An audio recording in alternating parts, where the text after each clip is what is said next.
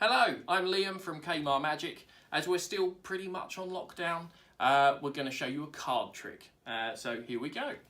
I've got a trick with the omnipresent deck of cards just here.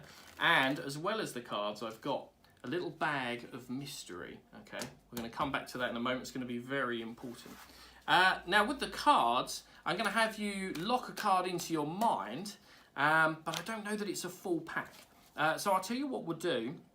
I'm going to have you cut the cards and remember the card at the face that you cut to, okay? And obviously where you cut gives you all the options. If you cut near the top, you might get this card, for example, whatever that is. If you cut nearer the middle, you might get this one. And if you cut right down at the bottom, you might get this one. It's literally down to you. There's 50-ish cards there, so that's how many options you've got. Okay, so let's say your spectator cuts, say here, and they take a look at the card. That's the one they get. And that's the one they burn in their mind, okay? And they drop everything back on there and you square it back up. Okay, so you're now thinking of one card out of all 52, or 50-ish as I say. We're going to give them a little mix up like this. We'll come back to those in a moment. Now we need the contents of the bag of mystery. And we're going to use these to generate a number, because inside here is what I call a bunch of nerd dice. Now, if you've ever played Dungeons and Dragons or any of those kind of things, you'll recognise what these are. They're all dice with different numbers on the sides, right? So that's a 12-sided dice. That one's a 20-sided dice.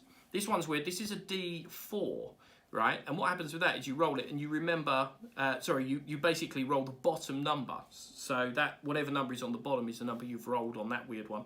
That's a D8. That's a D10. The 0 counts as a 10, although I'll give you the option if you roll it. And that's a regular 6-sided dice. And what we're going to do is have you choose any of those dice, or all of the dice, it's your call, and roll them. And we're going to use the number you roll to take us to a card. So say, for example, you roll 15, we're interested in the 15th card. If you roll 16, then we're interested in the 16th card. Okay, so these dice are going to lead us, like fate is going to lead us to one card in the pack.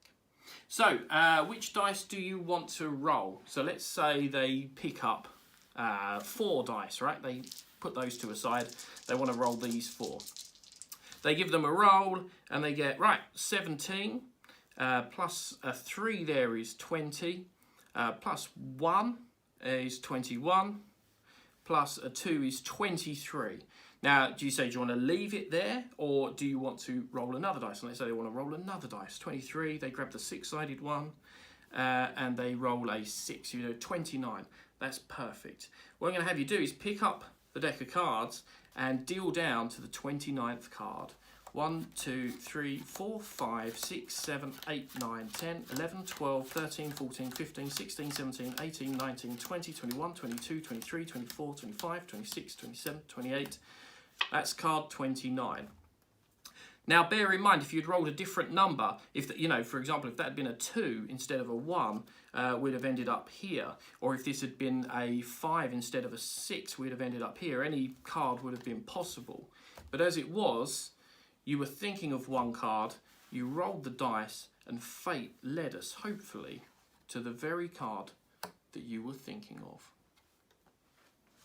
That's the Bogus effect. It's my presentation for David Britland's routine that you can find on his blog, and I hope you enjoyed it.